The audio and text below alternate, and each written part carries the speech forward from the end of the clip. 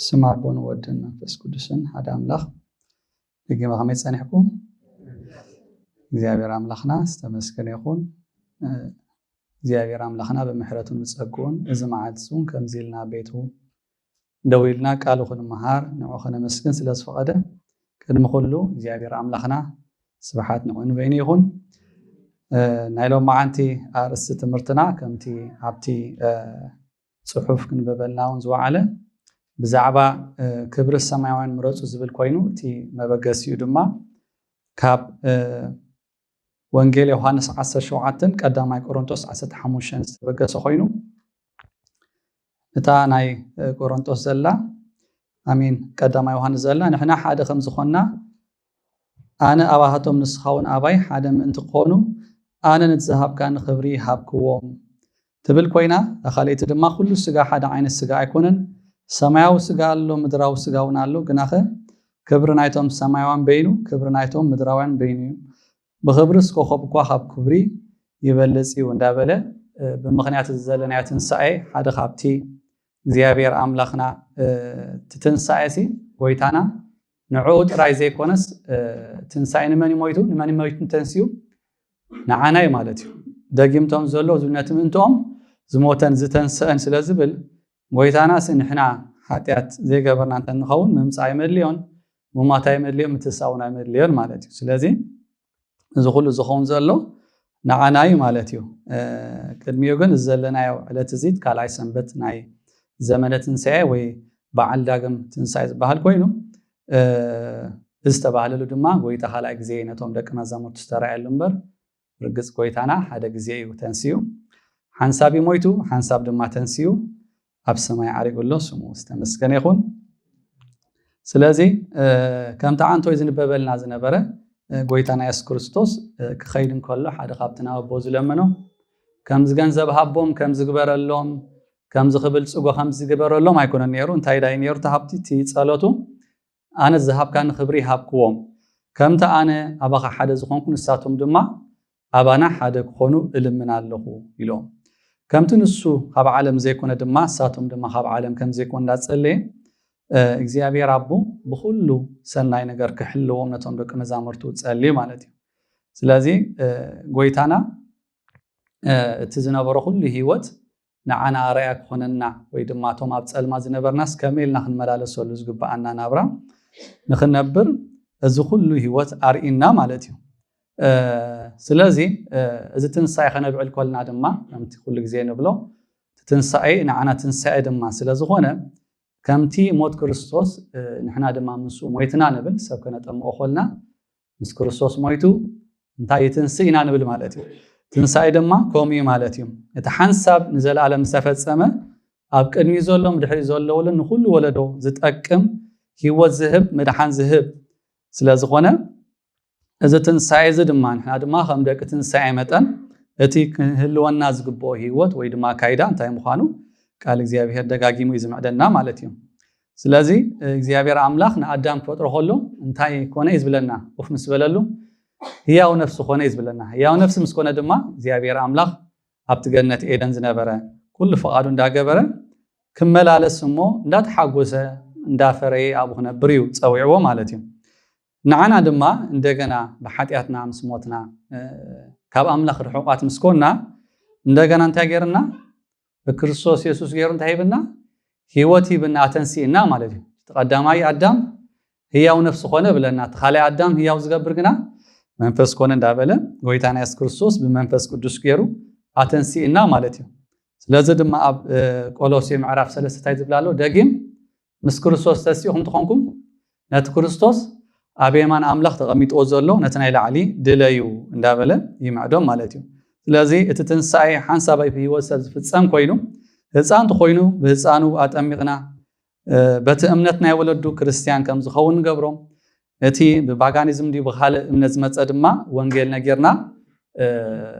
ብፍላይ ኣብ ተቀደም ግዜ ኮሚኒየር ማለት ክርስትና በቶም ሐዋርያት ጅምር ስለዝነበረ ማለት እዩ እዚ ምስኮነ ግን እንታይ ሁሉ ግዜ ጎይታና እንታይ ኢሎም ኪድ ንኹሎም አሕዛብ بسم أبون ودن منفس قدسون أتممكم دايقبرهم دك مزامرتو يقبرهم زاززكم كحلو دمات بلالاتا ስለዚህ ክርስቲያን ወዲ መዛሙርት ጎይታ ምስ ኮነ ድማ ክህልዎ ወይ ድማ ክሕዞ ዝግብኦ ባህራ ኣሎ እሱ ድማ እቲ ጎይታ ዝሃበና ትእዛዝ ማለት እዩ ስለዚ ኣብዚ ዕለት እዚ ድማ ምዝን ዝክሮ ዘለና ዘመነ ቶማስ ዝበሃል ናይ ቶማስ ዛንታ ንፈልጦ ኢና እቲ ጎይታ ምስተሰ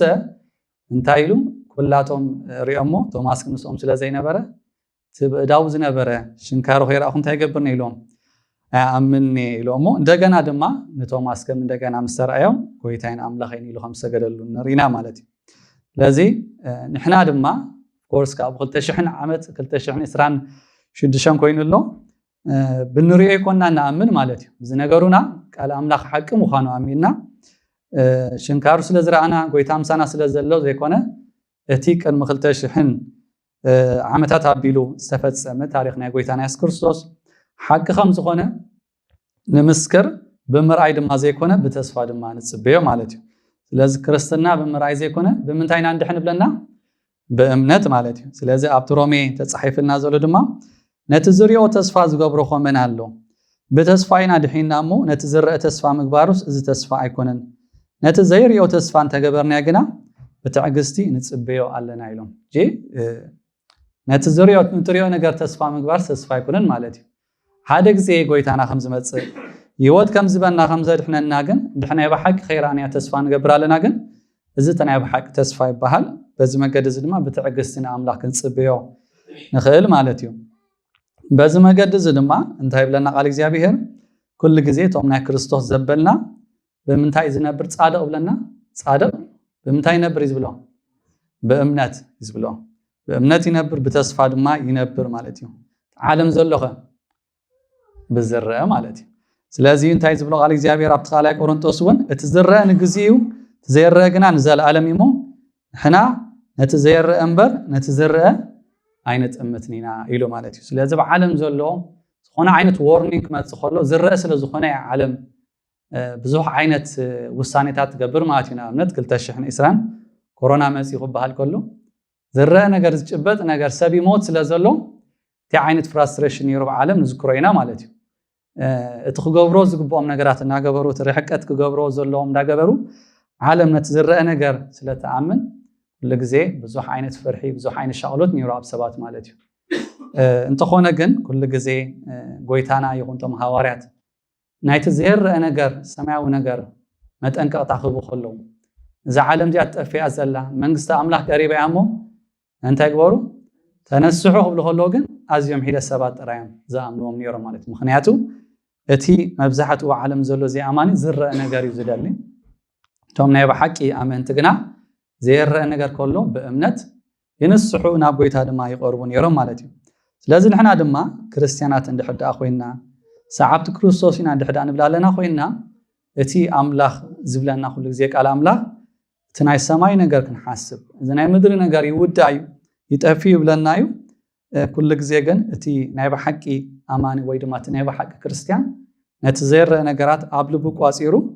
ብእምነት ይመላለስ ኣሎ እቲ ዘይኣምን ግን ከምቲ ዓለም ትነብሮ ዘላ ናብራ ይነብር ኣብ ቤተ ክርስቲያን ይኸይድ እዩ ናብሩኡን ቅዲ ካይድኡን ግን ኩሉ ካብቲ ናይ ዓለም ዘፍል የብሉን ማለት እዩ ስለዚ ድማ ጎይታ ክጽሊ ከሎ ከምቲ ኣነ ካብ ዓለም ዘይኮንኩ ሳቶም ድማ ካብ ዓለም ኣይኮኑን ኢሎ ማለት እዩ እዚ ጎይታ ክመላለስ እንከሎ ከምቲ ዝነበሮ ዝና ከምቲ ዝነበሮ ሃብቲ ከምቲ ዝነበሮ ብዙሕ ተፈላጥነት ከምቲ ኣብቲ ዘመን ዝገብሮ ዝነበሩ ብዙሓት ሰዓብቲ ጥሪዩ ሃብታም ምኾነ ብገንዘብ በቲ ናይ ዓለም ፌመስ ምኾነ ብዙሕ ነገር ክብረት ምገበረ ማለት እዩ ተኾነ ግና ጎይታ ክመውትን ከሎ ወላ ሓንቲ ንዑ ትኸውን ነገራት ምድሪ ይነበረትን ማለት እዩ ስዕቦ ክደልዩ ከለዎ ድማ እንታይ ኢልዎም ክንስዕበካ እንደለና ምስ በልዎ እንታይ ኢልዎም ንውኻሩ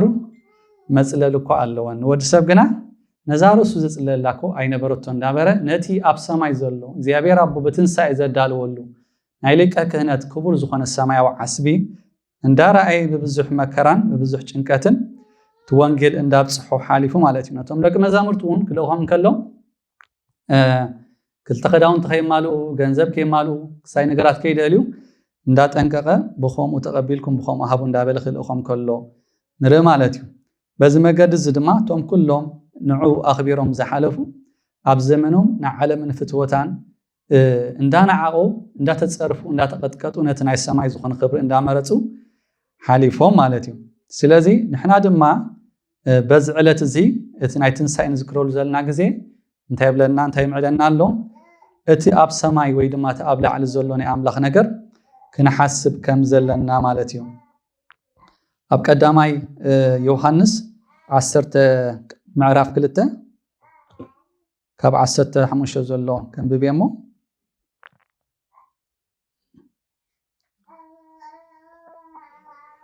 እንታይ ዝብለና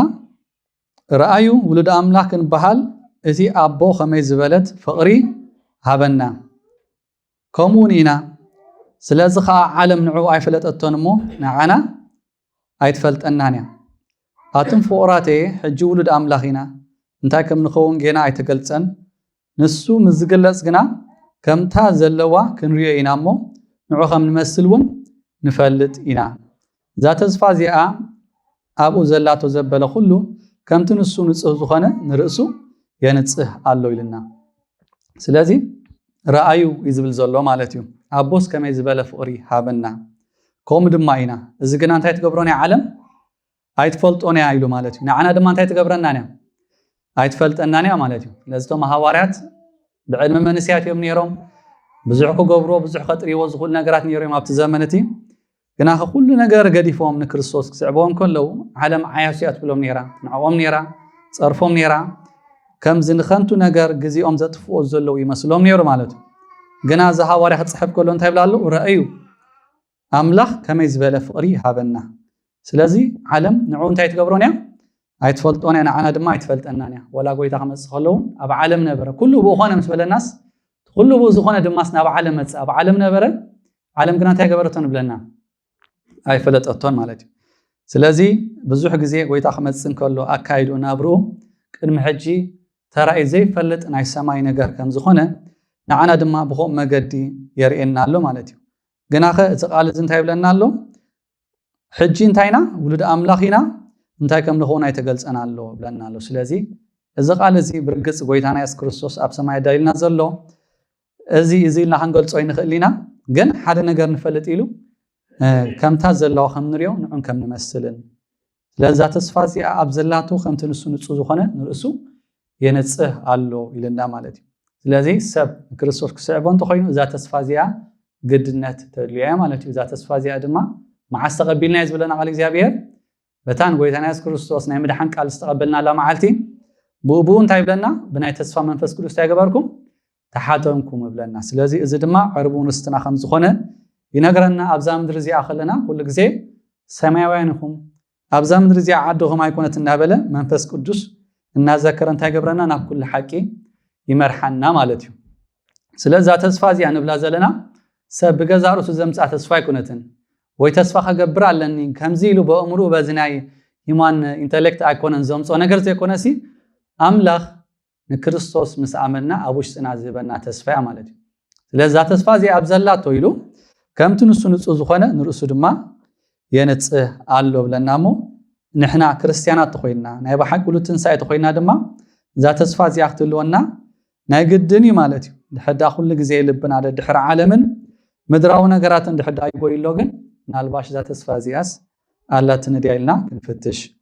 ይግባአና ማለት እዩ ሃዋርያ ጳውሎስን እዛ ተስፋ እዚኣ እዛ መገድ እዚኣ ስለ ዝተራእየቱ እንታይ ዝብል ነይሩ ድሕረይ ዘሎ እንታይ እንዳገበርኩ እንዳረሳዕኩ ነቲ ቅድሜ ዘሎ እንዳተመጣጠርኩ ናብቲ ዓስቢ ዓወት እንታይ ከርክብ በቃ ትንሳኤ ሙታን ከርክብ ኢለ በቃ ከም በዓል ጳውሎስ ኣብቲ ዘመነቲ በዚ ናይ ሎሚ ዘመን ቶፕ ዝበሃል ዝነበሩ ብትምህርቲ ሃርቫርድ ኢና ክንብሎ ኣብ ትሕቲ ገማልኤል ዝተማህረ ኣዝዩ ምሁር ሰብ እዩ ነይሩ ዌል ሪስፔክትድ ነይሩ በቲ ኮሚኒቲ ብገንዘብ ይኹን ብክብረት ብዝና ብዙሕ ነገር ከጥሪ ዝኽእለሉ ዝነበረ ግዜ ነይሩ መንእሰይ ድማ ነይሩ ግን እቲ ብርሃን ናይ ክርስቶስ ብፀዳል ምስ ተራኸቦ ኣምላኽ እንታይ ኮይኑ ኩሉ ነገሩ ቶታሊ ተቐይሩ ማለት እዩ ስለዚ እዚ ኩሉ ዝነበረን ክብረት ካብ እስራኤላዊ እንታይ ኢሎም ካብ ቢንያም ኢሎም ማለት እዩ ምክንያቱ ዘመነቲ እስራኤላዊ ምዃን ዘመክሕ ነገር እዩ ነይሩ ማለት እዩ ብዙሕ ነገራት ድማ ዝተማሃርኩ እየ ግን እዚ ኩሉ ነገር ግን ምእንቲ ክርስቶስ ኢለ ንሕብረት መከሩ መታን ክርኢ ሃብቲ ገለ ዘይኮነሲ نت بسم كريستوس زمصو نغرات مكرا متان كريس نخلو خمتاي قطرو له خيلو كم غحف قطرو له كم وصعي قطرو له እንዳበለ ولا حنت ابزا مدرزيا كبرت كم زيبلو لا تراي كم زلوم سب زسعموم زخبروم صبو كدان زلوم زيكوناسي እንዳተቀጥቀጡ እንዳተጻፍዑ እንዳመረቁ ግንሳቶም ابزا مدرزيا حالفهم مالتي بزي مقد زدما كمت أنا نكرسوز مسلو زلو خسخاتكم لمان تاي نعي مسولو إلنا مالتي لذا أب كل زمانات أكيات عايتي موصنيرم فيليبي معرا كل تترينيا تتأنققوا إلو مالتي نحنا نأملاخ بمنفسنا قلقلو بأمنات انبر بالسقع زين مكح سب قدرت نحنا إنا ندابلم اتنا يبحاك كريستيان أبزا مدرزيا كم تشعوز قورو زتالو زنبرو نمدراو ነገር نمدراو ربح ዘይኮነሲ بفላይ ድማ ኣብ ዘመን ዝበዚሑ ዘሎ ኩሉ ግዜ ሃገርናስ ንሕና እንታይ ይልሉ ኣብ ሰማያት ያ ኣብ ኣድማ መድሓኒ ጎይታና ኢየሱስ ክርስቶስ ከም ዘሎ እትዳሊልና ዘሎ ድማ ናይ ብሓቂ ምናት ኮይና ከም ንወርሶ እንዳነገረ ካብቶም እኩያት አይቲ ጥንቀቁ ይምህሮም ነይሩ ማለት እዩ ስለዚ ክብር ሰማያዊን ኩሉ ግዜ እንታይ ያለው ወይና ንብል ዘለና ማለት እዩ እቲ ናይ ሰማይ ነገር ምሕሳብ ኣብዛ ምድር እዚኣ ድማ እቲ ትነብሮ ዘለኻ ህይወት ንኸንቱ ረብሓ ንብልጽግና ንሃብቲ ንኽብረት ዘይኮነሲ ነቲ ክርስቶስ ዝሓለፎ ህይወት ንዑ መሲልካ ምንባር ማለት እዩ ስለዚ ብትንሳኤ መን እዮም ዝትንሱ ዝብለና ሞትና ንሞቱ ተመሲሉ ብትንሳኤ ድማ እንታይ ክንገብሮ ኢና ክንሓብሮ ኢና ዝብለና ስለዚ ኩሉ ሰብ ክትንሱ እዩ ግን እቲ ናይ ብሓቂ ትንሳኤ ዝረክብ እቲ ሞቱ ንሞት ክርስቶስ ዝመሰለ ስለዚ ሞት ክርስቶስ ማለት ኩላትና መስቀል كنسقل ወይ ድማ ክንሽንገር ማለት አይኮነን ግን ተካይዳናት ህይወትና ከምቲ ጎይታ ዝሓለፈ ህይወት እንደሓለፍና ነትና ዓለም ነገራት ብዙሕ ልብና ኸሃብና ነት መስቀልና ተሰኪብና ስለ ክርስቶስ ከመጻና ዝቅል ጸርፍ ዲ መከራዲው እንዳተጸመምና ናይ በሐቂ እቲ ክንመውት ኮልና ኣብዛም ዝያ ክንሓልፍ ኮልና ድሕዳና ሰማይ ነገር ንሐስባለና በትንሳኤ ድማ ጎይታ ከቀበለና ምዃኑ ቃል ሂብና ኣሎ ማለት እዩ ስለዚ تا أبتي صحفتنا انتاي زبلالو بزعبا نايمنتاي كبرينا خنزارب زلنا وتوم سمايوان مدراوان زباحل زلو خو انتهوتيوم بلنا له لازم قال እግዚአብሔር ብዙ ጊዜ ከናንብብ ኮልና ገሊው መንፈሳዊን ዓለማዊን ይልፈልየሚ ገሊውም ድማ ምድራውያንን ሰማያዊ እንዳበለ ይፈልየሚ ማለት ኩላቶም ግና ሰባት እዮም ኩላቶም ደቃ አዳምዮም ግን ኣብ ክልተ ከፊሎም ከም ዘለው ጽሑፍና ንሪኦም ከም ዘለና እቶም ሓደ እቶም ክርስቲያናት ወይ ድማ ሰዓብቲ ክርስቶስ ኮይኖም بهيوتهم بنابرهم جنا قاليهم نايب حكي باتي السماء ونابرع زنابر خوينهم توم حدقنا باتي مدراو نجارات استعبل له هو الزلون خونو خمس خلو أبصحفنا نريهم على نماتي سلست قدامي تصلتنا قويتها أنت يتبلا لابول كاب تقفو ديابلوس كتحلوه منبر كاب عالم كتوصوم أيكون كون زلم من زلهم كم تان كاب عالم زيكونكم لساتهم كاب عالم أيكونون لذي كامن دايم دعا أب عالمهم توليدهم ويتناس كوا خاب سماي مسيح نبلوينا مالتي زياتهم كنا خاب عالم ما يكون نزبلهم زول كنا نكرسوس الصعب زبله هيوتو نابرو قد كايدو كله نكرسوس الصعب زبله انتايو كاب ز عالم زيا ايكونن يبهال مالتي سلازي اتوم نايب حق الصعبو توم 10 تخلته مالت انتاي لمو انا كل زبلنا قريفنا انت جبرنا كام صعبنا كايلو من الباش اذا نجر زنتهم 10 تخلته حوارات رايونا يكونن كل سعب كريستوس كاب عالم كم زيكونه لحدا تحتي لنا بتمعرفين يوم سليم تراي زيكونكس لاتهم بقالهم زامنون يزل من زلو خندابله ويتا كتصل خلونا بእግዚአብሔር አቦን ማለት እዩ ስለዚህ ከም ክርስቲያናት እንታዩ ካብ ዲያብሎስ ትኩፉ ዝብሎ ዘሎ ዲያብሎስ እዩ እቲ ቀንዲ ዕላማ ናይ ሰይጣን ኣብዛ ምድር እዚኣ እንታዩ ካብ ክርስቶስ ታሕገብረካዩ ፈለካዩ ማለት እዩ ዲያብሎስ ጸላይኹም እንታይ ዝብል ውህጥ ወደሊ ከም ዝጓዝማ አንበሳ ይዘውራሉ እንታይ ግበሩ ነቁሑን ተጠንቀቁን ይዝብል ስለዚህ ጎይታ ድማ ሁሉ ግዜ ይጽልን የሪዩ ጴጥሮስ ከይተረፈውን እምነት ካንተ ከይትከብር ጽልየልካ ይልዎ ከይትፈተን ይልዎ ምክንያቱ ብኽሕደትን ብኽስን ብገለን ገይሩ ጴጥሮስ ነቲ ካብቶም 10 ተኸልቶን ካብቶም ሰለስተ ላዕሎ ዝነበረ ካቱ ማዕኑት ዝነበረ ዲያብሎስ ታገብሮ ፍትን ነይሩ ከምትን ይሁዳ ዝተዓወተሉ ብዙሕ ግዜ ነታ እምነቱ ኣነቃኒኦ ከመንጥሎ ይደል ነይሩ ማለት ጎይታ ግን ስለ እምነት ካንተ ይገብር ኣለኹም ይጽሊ ኣለሁ ኢሎ ማለት ስለዚህ እቲ ዲያብሎስ ኩሉ ግዜ እንታይ ተዓላሙ ከምትን ይሁዳ بجنزبن بخبرتن كبل بزي تقم جنزب 30 قرش زسحابهم كل زياده مانتهم امنتهم كريستيانات بجنزب يكون بخبرات يكون بالزنا يكون علامه وين كغبرهم يتعلموا مالتي ስለዚህ ኩሉ ተባ ዓለም ዘሎ በትእኩይ ተታሒዙ ኣሎ ክብለና ከሎ እንታዩ ዛ ዓለም እዚ እንታይ መን ዘመሓደራ ዘሎ ሰይጣን ዘመሓደራ ዘሎ ማለት እዩ ኩሉ ትካይዳ ክስታይ ድማ እንታይ ንምርካብ እዩ ምድራው ረብሓ ንምርካብ እዩ ማለት ስለዚ ጎይታ ኩሉ ግዜ ከምቲ ንሱ በዓወት ሰመላለስ እሳቶም ድማ በዓወት ክመላለሱ ይጽልየሎም ነይሩ ማለት እዩ ስለዚ ክርስቲያናት ኮይና ድማ እንታይ ተርፈና ኢና ንብዘልና ማለት እዩ ኣብ ጽጽባሕ መዓልታዊ ህይወትናሲ ከምቲ ጎይታ አስተመላለሶ ሰማያዊ ሐሳብ እንደሐሰብና ንኽንመላለስ ማለት እዩ ምክንያቱ ገሊኦም ቶም ዓለ ሐዋርያ ጳውሎስ ክስዕቡ ዝጀመሩ ዝተመልሱ ነይሮም ምን አለ ካብኦም ንዝክሮም ዴማስ እንታይ ገይሩ ዝብለና ንዓለም ፈቲዋ እሞ እንታይ ገበረኒ ሓዲጉና ቤት ተመልሰ ናብ ተሰሎንቄ ኣብቲ ዘመንቲ ካብተን ምዕብላ ዝነበራ ከተማታት እያ ትበሃል ስለዚ ናይ ሐዋርያ ጻውዒ ዝነበሮ እዩ ክንታ ዓለም ምስ ፈተዋ ግን ካብቲ ምስ ክርስቶስ ዝርከብ ናይ ግዝኡ መከራ ጌርካ ናይ ዘላለም ዓስቢ ሳድያ ፍርሓቶ አይ ዶንት ኖ ዲቴል አይተጻሕፈን ግን ዓለም ፈቲዋ እንታይ ገበረን ብለና ናብ ተሰሎንቄ ገዲፎ ሐዋርያ ጳውሎስ ከም ዝኸደ ይነግረና ስለዚ ኩሉ ግዜ ቶም ክርስቲያናት እቶም ትንሳኤ ዝረኸብና ህይወት ዝረኸብና ንበሃሉን ኣብ ጸጽባሕ ዘይንሕደስ ተዳኾይና ዲያብሎስ ትኹፉ ክፍትነናን ኣብቲ ምድራዊ ነገራት ድማ ክጠልፈናን ይኽእል ማለት እዩ ንጎይታ ከይተረፈ ፈቲኑ ወይ ኣብ በረኻ ኩሉስ እንታይ ሪኦ ዝብለና ነገስታት ኩሉ ዓለም እንታይ ገበሩ ኣርአያ ብለና ዝኹሉ ንመን ተዋሂብኒ ዘሎ ኢሎም ንዓይ ተዋሂብኒ እዩ ፍግም ኢልካ ተሰጊድካ ሓንቲ ግዜ ዝኹሉ ክብረታ ክበካ ኢሎም ግና ጎይታና ግን ኩሉ ግዜ ንቑሕ ስለ ዝነበረ ነዚ ነገር እዚ ከም ዝነጸጎ ንእግዚአብሔር ኣምላኽካ ንበይኑ ስገድ ንበይሉ ተገዛእ እንዳበለ ከም ዝነጸጎ ንሪና እንተኾነሎም ግን ብዙሓት አገልገልቲ ቤተ ክርስቲያን ብኽብረት ብፍትወት ስጋድዩ በብዙሕ መገዲ ነቲ ሓቀኛ መገዲ ገዲፎም ወይ ድማ ነቲ መከራ ዝፈትዋ ስለዘየለ ገዲፎም ብዙሕ ግዜ ምስ ነገስታት እናተሳምዑ ድዮም ምስ ካለ ሃብቲ እንዳጥረዩ ድዮም ጥዒሞም ኣሎ ቤተ ክርስቲያን ማለት እዩ ቶም ናይ ሓቂ ግና ብመከራን ብሽግርን ሓልፉ ከም ዘለው ንርኢ ኣለና ማለት እዩ ስለዚ እዚ ሓደ ካብቲ ሰይጣን ንኣመን ዝፍትነሉ ኮይኑ ጎይታ ድማ ከምዚ ኢሉ ጸልዩ ብዙሕ ግዜ ኣብ መጽሓፍ ቅዱስ እውን ብዙሓት ብከምዚ ዝተፈተኑ ከም ዘለው ንርኢና ንባዕሉ ጎይታ ክመጽእ ከሎ ጎይታን ፈሪሳውያን ኢኳል ሓንቲ ዓይነት መጽሓፍ ዘንብቡ ነይሮም መምሃራን እዮም ነይሮም ግን እቶም ፈሪሳውያን ኩሉ ግዜ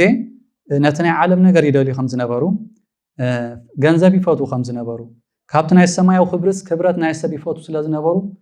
ኣብቲ ዝበረኸ ቦታ ሰብ ክሪኤሎም ዝኽእል ኣብኡ እንዳጸለዩ ሰብ ክሳለሞም ዝደልዩ ዘፈርፈር ዝብል ክዳን ዝተኸድኑ ከም ዝነበሩ እሞ ብርግጽ ዓስብኩም ረኺብኩም ኢሎም ጎይታ ማለት እዩ ጎይታ ግን ወላውን ክንሪኦ ከለና ካብቶም ደቀ መዛሙርቲ ዘፍል ከዳድና ይነበሮን ይሁዳሲ ፍሉይ ዝኾነ ካይዳ እንተዝነብሮ ነይሩ ንጎይታ ኢየሱስ ክርስቶስ ሰሌክት ግበሮ ፍልጥያ ተኸዳኑ ክብሎም ምኻለ ግን ብናብሩ በካይዱስ ወላ ሓንቲ ካብኦም ዘፍል ስለ ዘይነበሮ ይሁዳ ክፈልየ ነይርዎ ከትሕዘቱ ኮይኑ ማለት እዩ ስለዚ እሳቶም ኩሉ ግዜ እንታይ ብልዎ ነይሮም ንሕና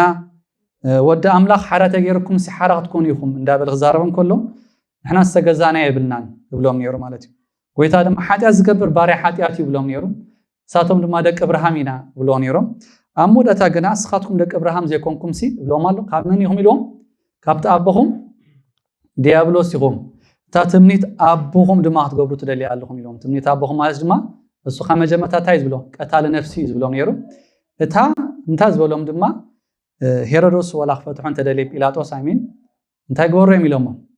ስቆሎ ኢሎሞ ማለት እዩ ሓደ መጽሓፍ እንዳንበብካ ምስ ክርስቶስ ብሓደ እንዳጸለኻሲ እቲ ሓደ እንታይ ኮይኑ ጸኒሕ ማለት እዩ ዓለማዊ ናይ ሰማይ ነገር ወይ ዘይብሉ ኩሉ ግዜ ሓሳቡን ድሌቱን ምድራዊ ኮን ከሎ ጎይታ ግና ከኽብርዎ ከንግሶ ኢሎም ሓንሳብ ምስ ሓዙ እንታይ ገይሩ ጎይ ሃዲሙ ካብኦም ናብ ከረን ከም ዝጸለየ እንደገና ምስ ተመለሰ ድማ እንታይ ከም ዝበሎም ትደልዩ ዘለኹም እንጀራ ስለ ዝበላዕኹም ፀገኩም ኢኹም በር ተኣምራት ስለ ዝደለኹም ኣይኮነን ማለት እዩ ስለዚ ከምዚ እንዳበለ ጎይታ ኣካይዱን ህይወቱን ከምቲ ቶም ፈሪሳውያን ከም ዘይኮነ ክነግሮም ከሎ እንታይ ኢሎም ሽዑ ካብ ማይ ብሒው ፈሪሳውያን እንታይ ግበሩ ተጠንቀቁ ኢሎም ማለት እዩ ስለዚ እዚ ተቀዳማይ ኮይኑ ትኻልእ ድማ ዓለማይን ዝብሎ ድማ ሓፈሻዊ ብዛዕባ ኩሉ ንክርስቶስ ዝኣመነ ከም ተቀድማ ቢለ ዝበልኮ ኩሉቲ ንክርስቶስ ጎይታ ኢየሱስ ክርስቶስ ዘይረኸበ ዘይተቀበለ regardless ሃይማኖት ይሃልዎ ዲ ኣይሃልዎ ኩሉ በዚ ገዛይ ዘዓለም ዚኣ ዝኾነ ሰይጣን ተታሒዙ ስለ ዘሎ ናይ ዚኣቶም ዘገርም ነገር ኣይኮነን ማለት እዩ እሳቶም ኣብ ጻልማት ኣለው نحنا دما برهان عالم زخنا لغزي ابزلن يمكن مسكرلهم كنغرلهم يغبانا يو كله اتينا عالم زلو سيستمون ناي سماي ነገር ዘጥምት አይኮነን كل سيستم ናይ ዓለም ከመል ከአብተን ዘለዋኻ ግዜ ማክሲመም ዝኾነ ቤነፊት ዝበለጸ ሃብቲ ዝበለጸ ንብረት ድዩ ጥሪተ ጥር ስለ ዝኾነ ብኡ ይኸዱለው ትዝሐዝን ግን ኣብዚ ምድር እዚ እኳ አንተ ዝሕጎሱ ነይሩን ገለ መخሰብ ሆነ ግና ኣብዚ ምድር ዘይተረፈውን ሓጎስን ሰላምን የብለውን ማለት እዩ ስለዚህ ምናልባሽ እዚ ነገር ዝኽንብል ኮልና ኣብ ተቀጽልና ንሪኦ ሐሳቡን ስለንጠቅሶ ዓለም በትኩሉ ዘለዋ ነገሩን ክሳብ ሕጂ ነቲ ናይ ሰማይ ነገር ኣይትረኽቦን ጥራይ ዘይኩነቱን ኣብዚ ምድር ዝውን ክብረት ወይ ድማ ተሓጎስ ከም ዘይብላውን ቃል አምላኽ ደጋጊሙ ይነግረናዩ ወላውን ኣብ ብሉይ ኪዳን ናይ ንጉስ ሰሎሞን ህይወት እንድሕዳሪናዩ ንጉስ ሰሎሞን ብኩሉ ሃብቱ ኣዝዩ ሃብታም ዝነበረ ሰብዩ ኣብ ብሉይ ኪዳን እቲ ንኣምላኽ ምስዓብ ምድራው ዝኾነ ሃብቲ ይዘውበካ ነይሩ ንግስነትካ ነዊሕ ይቕፅል ኩሉ ግዜ ንብሎ ኢና ግን ትዝሐዝን ግን ኩሉ ነገር ረኺቦ ከምቲ ሎሚ ዓለም ትረኽቦ ትደሊ ዘላ መዓት ጀራዲ ነይሩ መዓት ኣንስቲ ነይሩ ንኦበቲ ዓለም ዝመስላ ነገር መዓት ገዛውቲ መዓት ሃብቲ ወርቅን ብሩርን ዝበዝሖ ነይሩ እንተኾነ ግን ስቲል ገለ ነገር ዝተረፈ ከም ዘሎ ሓደ ንህይወት ዝጠቅም ነገር ገና ዘይተገልጸ ነገር ከም ዘሎ ክገልጽ ከሎ እንታይ ኢልዎ ኩሉ እንታይ ኢልዎ ናይ ከንቱነት ከንቱ እዩ ኢልዎ ማለት እዩ ስለዚህ ትብድሕሪ ዘሎ ቀፂሉ ዘሎ ሓሳብ ድማ ስለዚህ መንፈሳዊ ክብርስ ብዘይታ ትመጽእ ሰማያዊት ዓለም ኣብዛ ምድር እዚኣ ንኣሰር እኳ ኣይርከብን እዩ ማለትና ድዩ ዝብለና ዘሎ እቲ ሰማያዊ ክብሪ ሰማያዊ ድሌት ንድለ ክንብል ኮልናሲ ኣብዚ ምድር ዝኸ የለን ማለት ድዩ እዩ ዝብለና ዘሎ ብርግጽ ክርስቶስ ኢየሱስ ክንስዕቦም ከለና ጎይታ ቅድሚ ምኻዱ እንታይ ኢልና ሰዓቡኒ ጥራይ ዘይኮነ ከም ጭንቀት ወይ ድማ መከራ ዘለዎ ጥራይ ዘይኮነ ክርስትና ታነ ዝበኩም ሰላም ከም እንታይ ኢሎም ከምቲ ዓለም ትበኩም ሰላም ኣይኮነን ማለት ስለዚ ክብረቱ ክገልጸልና ከሎ ጎይታ ቅድሚ ሕጂ ዓለም ይኹን ቅድሚዮም ዝነበሩ ደቂ ኣዳም ይኹን ረኺቦም ዘይፈልጡ ሰባት ነቶም ሃዋርያት ከም ዝሃቦም ንርኢና ስለዚ ከምቲ ዓንቶ ዝበልክዎ ነቶም ሃዋርያት ክሪዎም ከለው ዘደንጉጽ እዮም ዝመስሎም ነይሩ ከም ጉህያት ግናኸ እንታይ ኢሎም ኩሉ ግዜ ሕጉሳት ኢና ኢሎም ማለት ሃዋርያት ክሪዎም ከለው ቁጥቆጡ ከለው ኣብ ገመድ ክእሰሩ ከለውሲ ዘደንጉጽ እዮም ዝመስሉ ነይሮም ግና ኩሉ ግዜ እንታይ ኢና ኢሎም ሕጉሳት ኢና ስለምንታይ እቲ ናይ ክብሪ መንፈስ ኩሉ ግዜ ኣብ ህይወቶም እንታይ ይገብር ስለዝነበረ ይዓዝዝ ስለዝነበረ ማለት እዩ ስለዚ ኣምላኽ መንፈስ ቅዱስ ክቦም ከሎ መከራ ከም ዘሎ ነጊሮም ጎይታ ኣብዛ ምድር እዚኣ እንታይ ኢሎም ሚት ከዓበት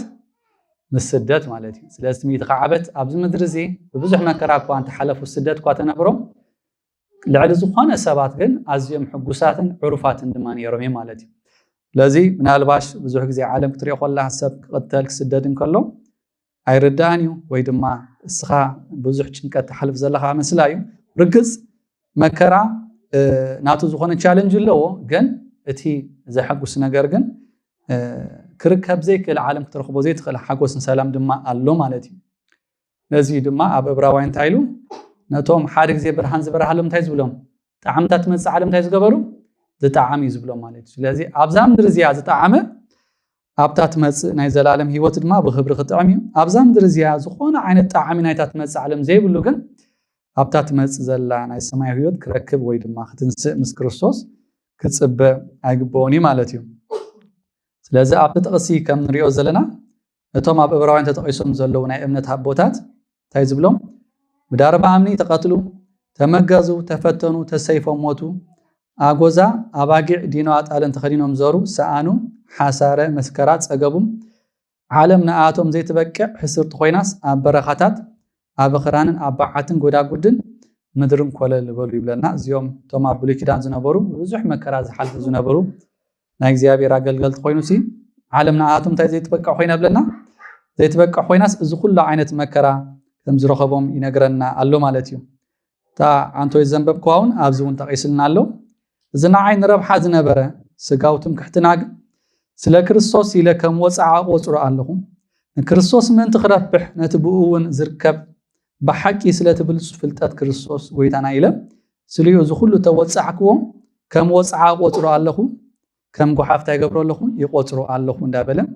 ሃዋርያ ጳውሎስ ብሓቂ እቲ ሰማያዊ ዝኾነ ዓስቢ ከም ዝደለየ ينقرنا مالتيو سلازي أبز مدرزي برقص كنبر كلنا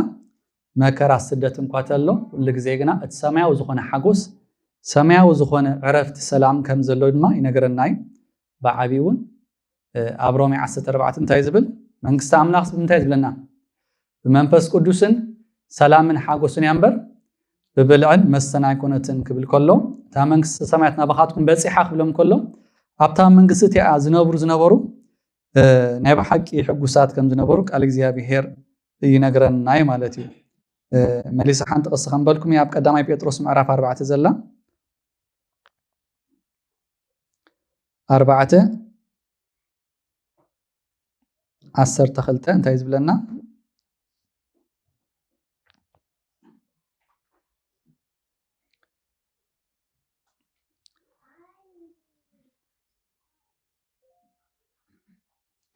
ما انت سم كريستوس انت تتصرفكم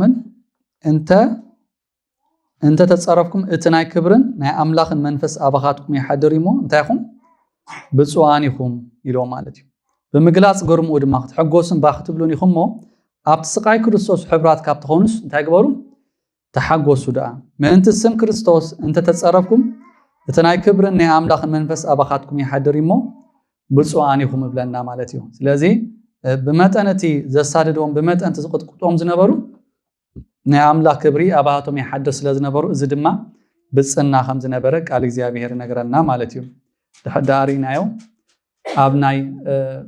ጳውሎስን ሲላስን ወን ቀጥቂጦም የምሽ ቀጥቂጦም አሲሮም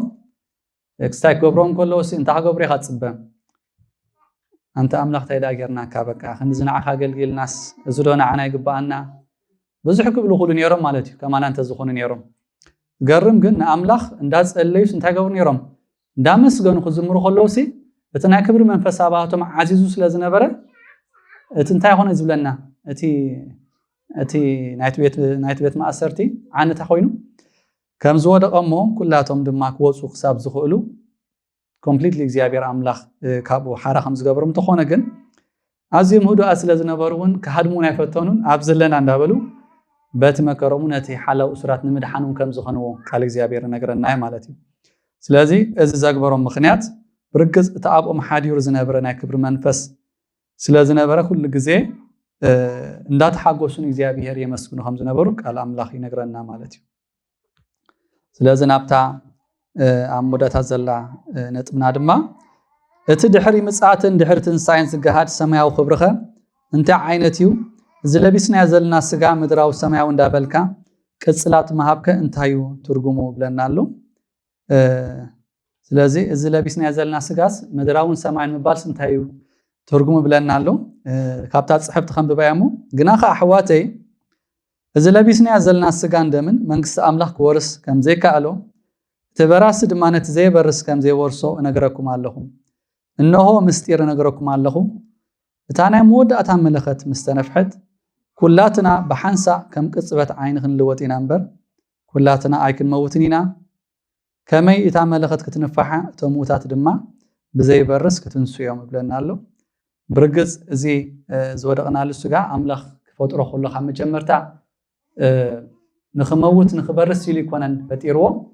ንዘለዓለም ንኽነብር ኢሉ ይፈጢርዎ ማለት እዩ ግን እንተኾነ ብሰራሕ ሓጢኣት ናብ ደቂ ሰባት ምስኣተወ ግን እዚ ስጋ እዚ ካብ ሽዑ ጀሚሩ ታኾን ጀሚሩ ክደክም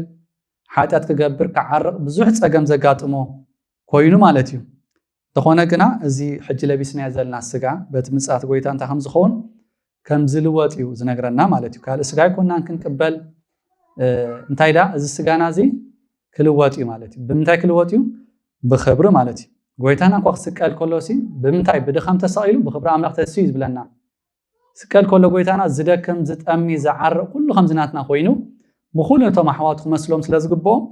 ብከምዝናትና ስጋ ካብ ኣዴና ማርያም ተወሊዱ ኩሉ ንዓና መሲሉ ኣብዚ ምድሪ እዚ ሓሊፉ ማለት እዩ ንሕና ድማ ናይ ብሓቂ ኣብዛ ምድሪ እዚኣ ንኣምላኽ ኣኽቢርና እንድሕር ሓሊፍና እዚ ስጋና ይክትንስእ ካልእ ስጋ ይኮነን ክትስእ ግናኸ ብኽብሪ ከም ዝልወጥ ይነግረና ኣሎ ማለት እዩ እዚ እዚ ዓለም ኣይትፈልጦን እያ ምስጢር እዩ ማለት እዩ ኣምላክና ሓንቲ መዓልቲ ነተን ኩለን ስጋና ክበኒ ማለት እዩ ወላድ ኪብና ዲና ብሓውዲኡ ከም ሓሙሽተ ተበተነ እግዚኣብሔር ጨንቆ የለን أنت معلت خو كبايو دونيت تجيرنا يا تأخذ يتناوم تملسنا مالت معلت تنسى سب تهزلاتنا تقولوا أملاك في كل ذهب كله نعم هيزون أبكر ما أملاك كتنسيو بأندما كفر ردي مالتيو لذي إذا ناي تنسى تنام ود أتحفظ عمي تنام مدحان كوينو توم كريستيانات كل جزء بحقوس بيوع مخنياتو أبز مدرزي ببزح مكرا ببزح شجر حلف سلازلو تتصفهم سماء وتصفى سلازخونت بمسات كويتا نزال عالم لا تحقوسو سلازنبرو نتا معلتي أخذ جزء حرر ندابلو أمز بيوع مالتيو تزرحزن جن توم حدا جن كل جزء تعتفره معلتن سايكم زخونت قال جزء بهر دقاقي مو ينقرن ناي مالتيو أم عرف شو من تقدامي بيتروس ستايلو نتي كير أخمو أتفكروا حجون كير أخمو بوت أمن زلهم نت مدام دم تأمنتكم نسود ما مدحن نفساتكم مسرخبكم بزين جر كبرن حجوس تحجوس يخم بلنا له مالتي لذي أمنتنا السماء ومدلاي كير أنا إن نفكروا زلنا كير أخمو تفكروا زلهم كير أخمو بوت أمن زلهم مالتي أنت عم تزبلني هذا على ما يتفلتونيا كادمون بعد هواريات توم أبكتا كان بوزح مكراز سايز قبرهم زنبرسي كير أي وخيف لتقوى أبت زمانتي كال أي كفل زمني يرو بس عم بقولن قبل عن كله سين تحكم تقبروا زول لهم يمس بلهم يرو نماني خم صعب زول لهم نزموا تقل مغلتمي تعمت نزموا تسرسي كنزي هو تكون تحلفوا زول لهم بلهم يرو لساتهم جن تنا كبر أملاخ لجزيا وشتهم سلازنبرة بمر أي زي كونه بأمنتي ملالس سلازنبرو كل جزيا بمكراك حلف خلون ريمو أبز قال زد ما انتهي لنا له حج انت ليس بزوح ذا عينة فتناتات انت وكيهم بو انت حتقبريهم كتحقوسوا يهم بلنا له انت كم لغونا يتقلص ان كم عينة حقوسي كم عينة كبريو لغونا سبك قلص وزخ لا يكونن عابي حقوس تبلنا لكم بزوح تدقاقمنا يوم كن قلصوا ينخلينا قن انتهي له له بخنقر زيك الكبر حقوس كتحقوس يهم زيادة ما بأمنتها مالتي زنقر كيسب دحانا يزمس مساي نحجزل لنا هبني قبلك تنايبا حقي نكريستوس زامن جن زحايش تنساي انت دليو بزا امنت زيا كملالس يخلي مالتي لازم نايبا حقي ناي سماي ندل تخوينا غزينا لبنا حسابنا نابت زحايش تنساي زخبر نجر زلو خندلينا اب بتكريستيان كوين مدراوي وي عالماو تخوين جن كله تلبون حسابون تزغبرو كل انفستمنت كل غزي مستمدراو ربحه زتأثري مالتي سلازي ازينا يلوم مع تمرتنا تايز بلنا زلو نتسمعوا نجار كنافق مالتيو كلام لك حكيو اتعدالنا زلو دما حكي مالتي بزي حسو تسفاي بنا يخيد لكم تا يخدالو لكم يلنا بيت كدالو لكم نابتا انا زلو خدما تا يغبركم نعهم سحبوكم يلنا مالتي سلازي غويتا بخبر خمس مسيلنا يو غويتا دما قالو حق تخوين دما نايبا حقي نقال املاخنا امن تخوينا ابز مدرزي اندا سرحنا ديو اندا غلغلنا دي وات ايفر ناملاخ بهوتنا اندا تصبنا يخنبر نخلينا مالتي غلغل يوم استايز غبرو له مسعب تخوي اندا مخيد كا بقى غدام مخاديو مهداميو هيوت كام فلايمبر زدا مون تايفل يالو زبللو غناخ اب كريستيانات كل غزي هابتامات نيروم دقاتات نيروم اغلغلت نيروم ريغاردلس كله خمت عنتو يباش سنبلنا زولو نتوم هابتامات تخغبرو بزغبوم تغبار نغيروم الله نتوم اغلغلت وانجيلاوان نفس وكبسب ابا كريستيان زولو ابال ابزا مدرزيانا بحق نزمت كبور نجر متان كرهبو املاخ نفس وكبسب زهابون صبيو نجر سلازلو قدنات كل نجر غديفكا ناب كالم وصاي ليكاني بعبيون وانجيل اب صلما زولم برح سلازخونه ابوهم كاي خاتبرهالو مالتي سلازي اب تخالط قصد ما انت يبلنالو هنا غنا هاغرنا اب سماياتيا اب اون مدحاني نسو خا غويتانا يس كريستوس نصبالنا بتي نخلو خمالكلو زكالو حيلي نتخبر سغاو من تخنمسل نتنا يود سغانا تحغبروي كلوطويو بلنا له مالتيو سلازي اب غلغله صحتات مرتي ات صحفناون كم زلو كام كريستوس جمير كان عناوم كال زخون سغا خمن لبز زمهرالو رغص كنكم خم زي كونه زقاله زبن صوري نغرنالو نتخبر سغاو من تخنمسل انت غبرنال نتنا يود سغانا تحغبروي كلوطوي مالتيو سلازي اب راي يوحنس ون دغيم ايكبخينيوم ايكنبعنيوم املاخ دما بزلو نبعات كابعينتم كدر زلوم يبلنايو سلازي دحرتن ساي سب زي حمم زي موت سيطانون زلالم سلازي دربون ايفتني مالت سلازي عرفت زلو نابراخم زخونه قال املاخ ينغرنا له مالتيو مليسون ابطقسي اتوم نتا سماياوت تيا ዓለም ቲያን ትንሳኤ ሙታን ንምርካብ ዝበቕዑ ግና ውሉድ ትንሳኤ ብምዃኖም ውሉድ ኣምላኽ እዮም ከም መላእኽቲ ስለ ዝኾኑ ድሕሪ ዝክሞቱ ኣይከኣሉን እዮም ኣየቱን ኣይተኣቱን እዮም እንዳብለና እውን እቲ ድሕሪ ትንሳኤ ንነብሮ ናብራ ከም ዝገለኣቶም ዝመስሎም ዘይኮነውን ከም መላእኽቲ መርዓ ምእታው ዘለዎ ዘይኮነስ ኩሉ ግዜ ከም መላእኽቲ ንኣምላኽ እንዳኽበርካ እንዳወደስካ ትነብሮ ሕጉስ ናብራ ከም ዝኾነ ድማ ይነግረና እሞ እታ ተስፋና እዚኣ ብርግጽ ሓቂ እዩ እግዚአብሔር ዝበሎ ዘይሕሱ ስለ ዝኾነ ኩሉ ተብሉይ ኪዳን እግዚአብሔር ንደቂ እስራኤል ዝሃቦም በቲ ዘይሕሱ ቃል ሂቡ ነብርሃም ተስፋ ሂቦ ነይሩ ይፍጽመሉ ነይሩ ንዳዊት ድማ ተስፋ ሂቦ ሆሎ ይፍጽመሉ ነይሩ ናይ ሓድሽ ኪዳን ተስፋ ግና ኣብዚ ምድሪ ዘይኮነ እንታያ ሰማያዊ ተስፋ ማለት እዩ ስለዚ ኣብዚ ምድሪ እዚ ቤት የብልና እንዳብሉ ድማ ተማ ሐዋርያት ይኸዱ ነይሮም ማለት እዩ ስለዚ ብርግጽ ሓሳብና ንምጥቕላል እንታይቲ ናይ ሎማዓንቲ ቀንዲ ርእስትና ክብሪ ሰማያውያን ምረጹ ብለና ኣሎ ከም ደቂ ትንሳኤ ከም ክርስቲያናት ከም ሰዓብቲ ክርስቶስ መጠን እንታይ ዝብለና ቃል ኣምላኽ ነቲ ናይ ሰማይ ዘሎ ምረጹ ብለና እቲ ዝረአ ድማ እንታይ እዩ ንግዚ እዩ እቲ ዘይረአ ንዘለኣለም ንሕና ግና ነቲ ዘይረአ እምበር ነቲ ዝረአ እንታይ ንገብር ኢና ኣይንጥምትን ኢና እንዳበለ እቲ ሰማያውን ምድራውን ዝበሃሉ እንታይ እዮም ዝብል ጠቂስና ነርና ክርስቲያናት ኮይና እውን ኣብዚ ምድሪ እዚ ካብ ምድራውን ክንመላለስ ከም ንኽእል ተረዲእና ኩሉ ግዜ ክንጠንቀቕ ክንነቅሕ ከም ዘለና ተማሂርና ድሕሪ እውን እቲ ንለብሶ ስጋ ከመይ ዝበለ ስጋ ከም ዝኾነ እውን ከም ተቃል እግዚአብሔር ዝብለና እዚ ለቢስና ዘለና ስጋ ሓንቲ መዓልቲ ከም ዝትስእ ከም ተቃል ኣምላኽ ዝብሎ ድማ እቲ ሸዓ ዝሓልፍን ቀሊል ፀበባና ማእልያ ዘይብሉ ብሉፅ ናይ ዘለኣለም ምሉእ ረዚን ክብርን ታገበረና እዩ ከዳልወልና እዩ ዝብለና እሞ እቲ እግዚአብሔር ዝሃበና ተስፋ ናይ ሓድሽ ኪዳን ተስፋ እንታይ ንጓዓዛ ዘለናታ ናይ ዕረፍቲ ህዝቢ ኣምላኽ ታይ ተሪፋቶም እዩ ዝብለና ዘሎ ሓንቲ ዕረፍቲ ሰንበት ተሪፋላ እዩ ዝብለና ቀደም እስራኤላውያን መሪሖም እንዳኸደ ከሎ ኣትዮምሽ ከናን ኣትዮም እዮም ከናን ኣትዮምስ ዳዊት ድማስ እንደገና ሲ ብዛዕባ ሰንበት ድማ ይዛረብ ነይሩ ማለት እዩ ሕጂ ኣብ ዕብራውያን እንታይ ጽሒፍሎም ንህዝቢ ኣምላኽ ሓንቲ ዕረፍቲ ሰንበት ታይ ተሪፋቶም ኣላ ተሪፋቶም ኣላ ናብኣ ንኽንኣቱ ታይ ንግበር ንጋደል ክሳብ ሞደታ ተስፋና ተፂምያስ ንሕና ቤቱ ኢና እንዳበለ ከም ክርስቲያናት እታ ክነኣትዋ ዝግባአና ሓዳስ ኢየሩሳሌም ከም ዘላ ቃል ኣምላኽ ይነግረና እዩ እስራኤላውያን ንሓላፊ ዝኾነ ርስትዮም ኣትዮም ንሕና ግና ዘለኣለማዊት ሓዳስ ኢየሩሳሌም ብኢድ ዘይተሰርሐት ብኣምላኽ ዝተሃንፀት ኣላትና እሞ ከምኡ ንኽንፅበ ኣብዛ ምድሪ እዚ ብኩሉ እግዚአብሔር ፀጉ የብዛሓልና እግዚአብሔር ባረኩም